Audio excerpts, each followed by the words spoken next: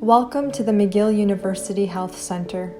With the current COVID situation, the MUHC has put in place measures to ensure safe family presence. Before your visit with a loved one today, let's go over some infection control measures that will help you stay safe during your visit and beyond, while also ensuring the safety of other patients and staff.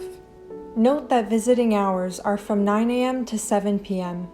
Most patients are currently allowed a maximum of 2 designated visitors throughout their hospitalization. If you have been designated by your loved one, you may visit if you are visiting a patient on your own. Patients can have only 1 visitor at a time unless specified otherwise by your loved one's care team.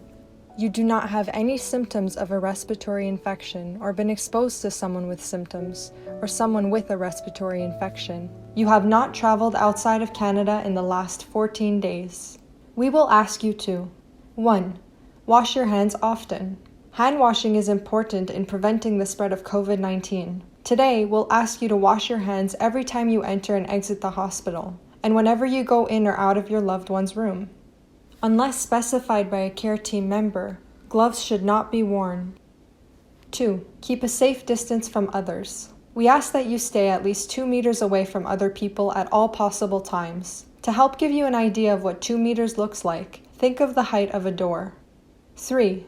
Wear a mask. You should always wear a mask when you're in the hospital. You may wear your own mask or one provided to you at the hospital entrance. Be sure that the mask covers your nose and mouth. Once you've got it on properly, do not touch your mask nor your face. If you happen to touch it, make sure to wash your hands after. When it comes time to removing your mask, make sure to take it off by the straps behind your ears. 4. Limit where you go while in the hospital. We kindly ask that you stay in your loved one's room as much as possible. If you need help for things such as getting extra blankets, or ice, or water, please let us know by using the call bell in the room.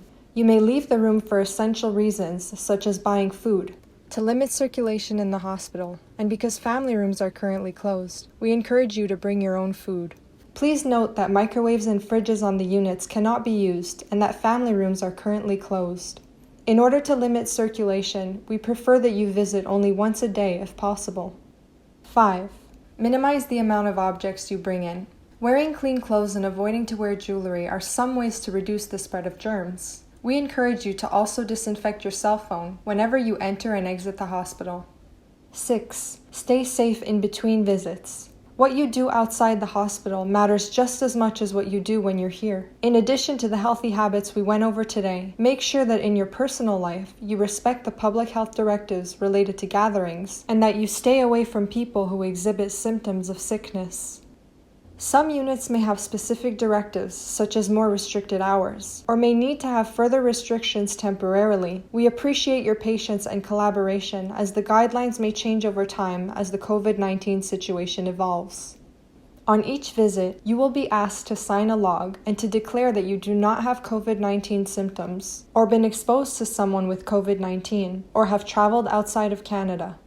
Everyone is asked to comply with these infection control measures, and we thank you for respecting them during your visit. This allows us to welcome family members at the bedside while ensuring everyone's safety. We thank you in advance for your cooperation and for being there for your loved one. We wish you all the best as you spend time with them today. If you have any questions, don't hesitate to ask the care team. Now let's go over some steps for properly washing your hands.